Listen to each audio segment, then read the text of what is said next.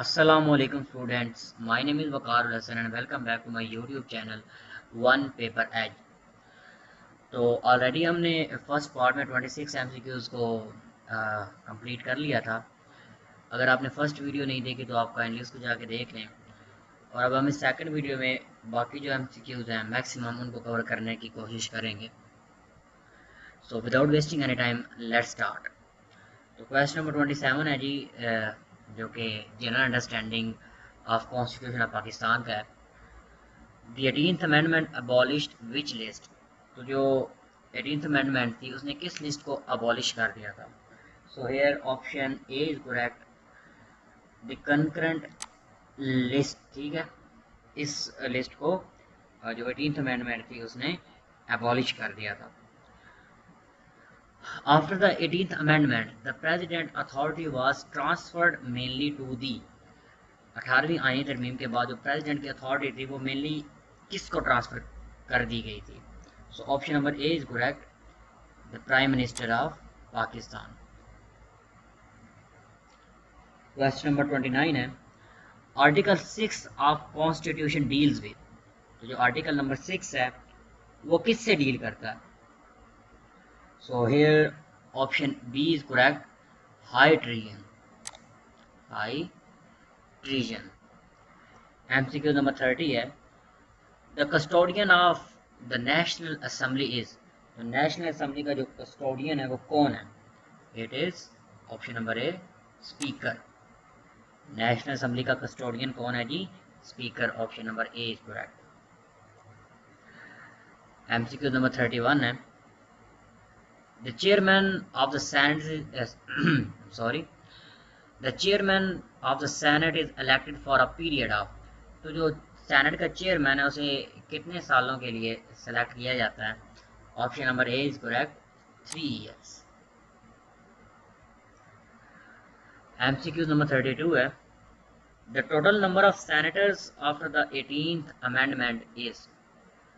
18वीं आईनी तरमीम के बाद टोटल नंबर ऑफ सेनेटर्स कितने हो गए थे जी? वो हो गए थे जी 100।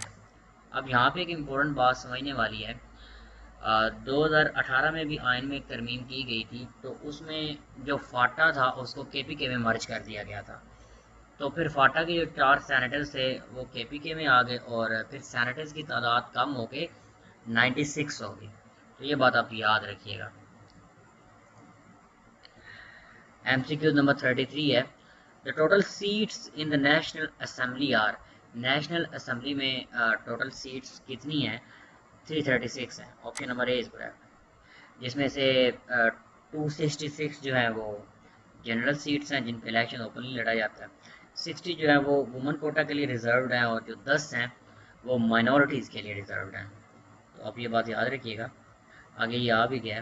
The total number of seat reserve for women in National Assembly are. तो जो वुमेन के लिए नेशनल असेंबली में सीट्स रिजर्व की गई हैं वो कितनी है जी? वो है जी 60। ठीक है जी, अगले MCQ की तरफ जाते हैं। The seats reserve for non Muslims in National Assembly are. जो माइनॉरिटीज़ के लिए हैं, नॉन मुस्लिम के लिए सीट्स वो कितनी रिजर्व की गई हैं? वो हैं जी 10 seats are reserved for non Muslims. MCQ number 36 है जी, Islamic provisions in the constitution are covered under articles. तो इस्लामिक प्रोविजन जो है वो किन आर्टिकल्स में शामिल है? So here option C is correct, 227 to 231। तो ये वो आर्टिकल्स हैं जिनमें इस्लामिक प्रोविजंस के बारे में बात की गई है। MCQ नंबर 37 है, according to article 227 all law must be consistent with. Article 227 के मुताबिक जो सारे आर्टिकल हैं वो किसके मुताबिक होने चाहिए जी? कुरान और सुन्नत के मुताबिक। एज इस Pakistan is an Islamic country, तो जो तमाम लाज हैं वो कुरान मजीद और सुन्ना के मुताबिक होने चाहिए, कोई भी इनसे मुनाफी नहीं होना चाहिए। MCQ नंबर 38 है, article number 2 declare the state religion of Pakistan. तो आर्टिकल 2 में स्टेट रिलीजन ऑफ पाकिस्तान किसको, किस दीन को कहा गया जी? किस रिलीजन को कहा गया जी? ऑप्शन ए करेक्ट है जी, इस्लाम। MCQ नंबर 39 है, which article declares that the sovereignty belongs to Allah। वो कौन सा आर्टिकल है जिसके मुताबिक आइन में ये लिखा गया है कि जो तमाम तर हाकमियत है वो अल्लाह ताला के पास है। It is article 2A, option number C is correct. ठीक है।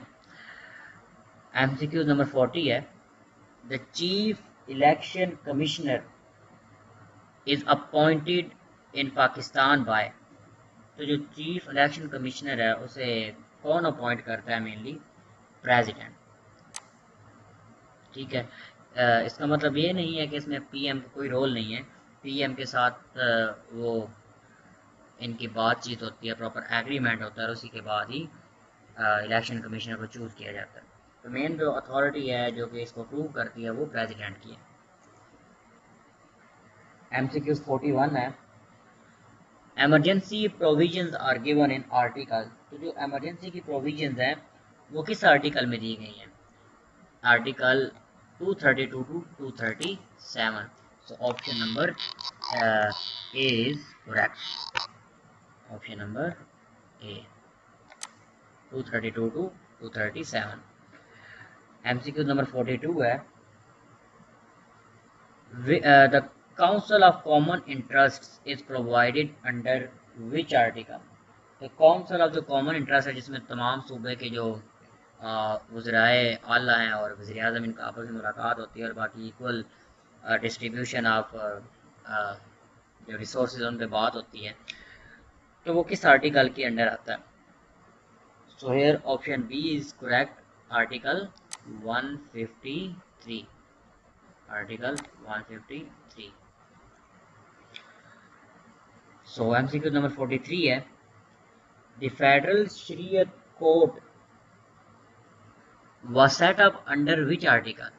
तो जो फेडरल की शरीयत कोर्ट है वो किस आर्टिकल के थ्रू सेटअप हुई है? सो इसमें चार ऑप्शन हमें दिए गए हैं, आर्टिकल 203, 227, 230 एंड 250।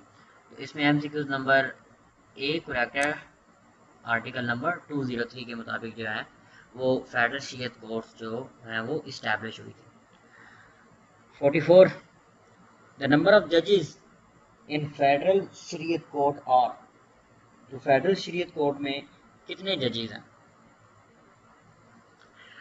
मैंने इसको मुख्तलिफ रिसोर्सेज से सर्च आउट किया तो कहीं पे 7 आ रहा था और कहीं पे 8 और कहीं पे 9। तो जो मुझे ज़्यादा रिसोर्सेज से मिला है वो 8 मिला है। तो ये मोस्ट अप्रोप्रिएट आंसर है इसका। बाकी आप इस पर मज़ीद सर्च कर लीजिएगा। MCQ नंबर 45 है, article 25 of the constitution guarantees. तो आर्टिकल जो 25 है वो क्या गारंटी करता है जी? Equality of citizens. Option number B, article 25 का इंश्योर करता है जी equality of citizens. MCQ number 46, free and compulsory education for children age 5 to 16 years is provided in. तो वो कौन सा आर्टिकल है जो कि ये कहता है कि फ्री और कंपल्सरी एजुकेशन देनी चाहिए 5 से 16 साल तक के बच्चों को? तो इट इज़ आर्टिकल 25 है। आर्टिकल 25 है, option number C is correct. MCQ number 47 है, the right to information is secured by article. तो वो कौन सा आर्टिकल है जो कि राइट टू इंफॉर्मेशन को इंश्योर करता है? इट इज आर्टिकल 19 है। आर्टिकल 19 है। MCQ नंबर 48 है, Pakistan official language is declared in which article. तो पाकिस्तान की जो ऑफिशियल लैंग्वेज है विच इज ऑब्वियसली उर्दू, वो किस आर्टिकल में डिक्लेयर की गई है? So option number B is correct, article 251। MCQ number 49 है, under article 41 who is eligible to contest for president. तो आर्टिकल 41 जो है वो प्रेसिडेंट के रिलेटेड है। तो इसके लिए अगर आप किसी कैंडिडेट को एलिजिबल होना है तो उसके लिए एक तो मुसलमान होना ज़रूरी है, मुस्लिम सिटीज़न हो, और दूसरी उसकी एज जो है वो 45 ईयर्स तक हो, 45 ईयर्स के आसपास हो, लाइक इससे कम नहीं होनी चाहिए। मिनिमम एज जो है वो 45 है। एमसीक्यू नंबर 50 है, the election commission consists of, election commission जो है उसके अंदर कितने मेंबर्स होते हैं मेनली, जो कि जिनके पास ज़्यादा अथॉरिटी होती है, they are 5 members. Option number C is correct. So that's all for today. आज हमने मजीद 24 एमसीक्यूज को कवर किया। अब इस सीरीज में हमारे टोटल 50 एमसीक्यूज हो चुके हैं। जैसे कि मैंने पिछली वीडियो में मेंशन किया था कि पहले मेरा दिल था कि हर वीडियो में 50 एमसीक्यूज को कवर करूं, लेकिन चूंकि वीडियो की ड्यूरेशन ज़्यादा हो रही थी तो मैंने ये सोचा कि हम 25 करके इनको कवर कर लेंगे। जो जो मैंने आर्टिकल, जो जो क्वेश्चन यहाँ पे मेंशन किए हैं, they are the most important one. मैंने वो वाले क्वेश्चन इसमें ऐड नहीं किए जो कि पेपर पॉइंट ऑफ व्यू के हवाले से ज़्यादा इंपॉर्टेंट नहीं थे। पूरी पॉइंट मैंने एक्सप्लेन किया था कि आप लोगों का भी टाइम सेव हो और मेरा भी। अब अगले पार्ट में हम जनरल अंडरस्टैंडिंग ऑफ कॉन्स्टिट्यूशन के बाकी के जो रिमेनिंग एमसीक्यूज हैं उनको करने की कोशिश करेंगे। अगर आपको इस चैनल से कुछ सीखने को मिल रहा है या आपको कुछ फ़ायदा हो रहा है तो आप इस चैनल को सब्सक्राइब कर सकते हैं। लेटेस्ट अपडेट्स के लिए आप बेल आइकन को भी प्रेस कर सकते हैं। That's all for today. मिलते हैं अगली वीडियो में, तब तक अपना ख्याल रखिएगा। मुझे दीजिए इजाज़त। अल्लाह हाफिज़।